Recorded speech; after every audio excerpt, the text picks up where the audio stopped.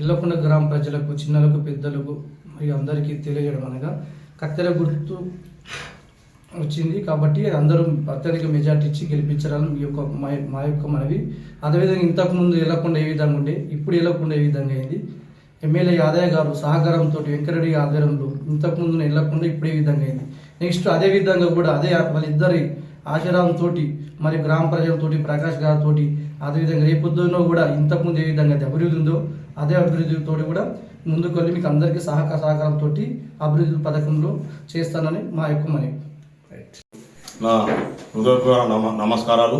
ఈరోజు ఇళ్లకొండ గ్రామంలో సర్పంచి ఎలక్షన్లో భాగంగా మా అభ్యర్థిగా పెంటల రవీందర్ కత్తెర గుర్తుకు ఓటేయాల్సిన ప్రజలందరూ కూడా తెలియజేసుకుంటూ, నేను కానీ ఇంతకుముందు ఉన్నటువంటి నా పాలకవర్గం ఉప సర్పంచి అదేవిధంగా మా ఎమ్మెల్యే గారు కాళయ్య గారు సహాయ సహకారంతో మేము ఈ గ్రామంలో నేను గెలిచినప్పుడు ఏ విధంగా ఉంది, ఇప్పుడు ఏ విధంగా ఉన్నదని కొన్ని గ్రామ ప్రజలు అంటారు.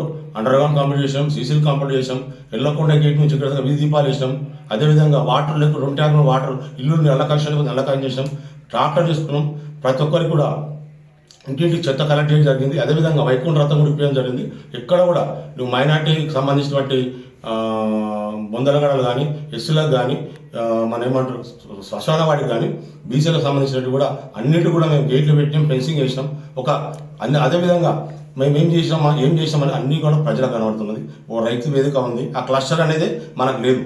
ఇలా క్లస్టర్ తీసుకొచ్చినాం, రైతు వేదిక తీసుకొచ్చినామంటే కూడా మనం చేసాం. అదేవిధంగా ఎన్ని రకంగా మనం చెప్పినాం. ఎల్లకొండ గుట్ట మీదకి ఏదైతుందో ఇప్పుడు ఉన్నటువంటి రోడ్డు పార్వతీపురం నుంచి గుట్టకి వేసినటువంటి రోడ్డు 50 లక్షల రూపాయలు, అవి కూడా కాళయ్య గారి నిధులే, అవి కూడా డిఎంఎఫ్ నిధులు అందరూ తెలుసు. అదే ఇట్లాంటివి ఎన్ని రకాలు కూడా మేము ఊరడమ్మ జాతర కూడా 40 ఏళ్ల తర్వాత చేసినాం. చాలా పెద్ద ఎత్తున కార్యక్రమాలు చేసినాం, సాయిబాబుడి కట్టినాం. మేము ఇక్కడ కూడా గ్రామంలో తగ్గకుండా ఆ ప్రజలు మమ్మల్ని ఆశిస్తారని కోరుకుంటూ, అదేవిధంగా ఇంకా కూడా మేము మేనిఫెస్టో పెట్టినా.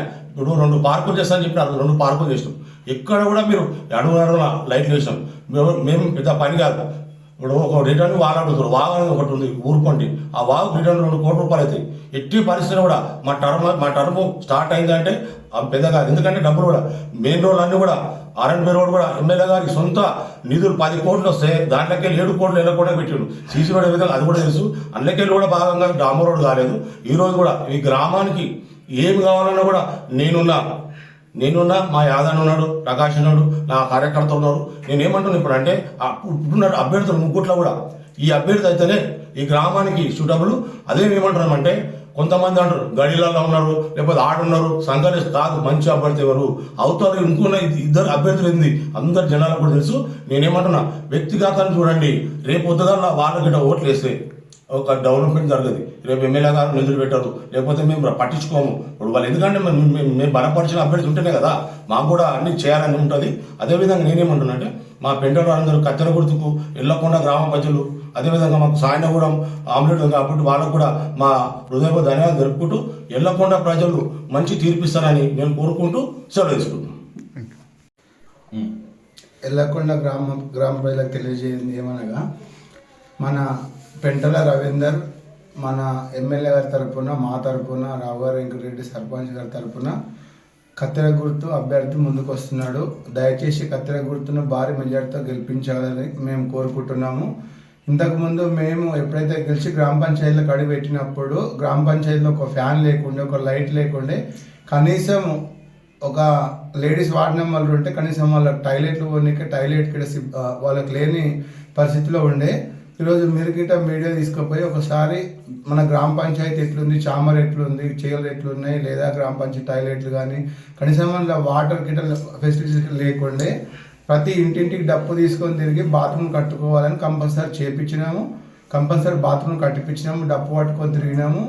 ఆడపిల్లలు కానీ మోపిల్లలు కానీ బయటికి వెళ్ళనీయకుండా బాత్రూమ్ కట్టిపించినాము. అండర్ డ్రైనేజ్ మనం 90% చేసినాం, ఓన్లీ 10% పెండింగ్ ఉంది. మనం సీసీ రోడ్డు 90% అయినాయి, ఓన్లీ 10% ఉంది. అవి గిట్ట మిగులు ఏమున్నాయి ఎమ్మెల్యే గారి సహకారంతో, రావు గారి వెంకటరెడ్డి సహకారంతో ఇప్పుడు మన రవీంద్ర అభ్యర్థి ఎప్పుడైతే భారీ మెజార్టీతో గెలిపిస్తే అవి గిట్ట కంప్లీట్ చేస్తాం. ఇంకో విషయం మేము చెప్పాల్సుకుంది ఏంటంటే 5 ఏళ్ల కింద ముందట ఉన్నప్పుడు మనకు 3 రోడ్లు లేకుండే. ఆ 3 రోడ్లకి ఇప్పుడు అయినాయి. పర్మిషన్ రోడ్లు ఫస్ట్ చేసినాం, మళ్ళీ పాడైపోయినాయి. మొన్న మళ్ళీ 17 లక్షలు పెట్టి మళ్ళీ అవి మొరం పోసి మళ్ళీ 9 కిలోమీటర్లు పర్మిషన్ రోడ్ చేసినాం, పైపులు వేసినాం అవుట్ సైడ్కి వెళ్ళి. ఇప్పుడు అది గిట ఎమ్మెల్యే గారిని సర్పంచ్ గారు అడిగిర్రు. అది కూడా సిసి రోడ్ ప్రపోజల్ ఉంది. దయచేసి మన రవీందర్ గారు భారీ మెజార్టీతో గెలిస్తే మన అభివృద్ధి పదంలో నడుస్తుంది, వెళ్ళకుండా నవాపేట మండలం అని కోరుకుంటున్నాం.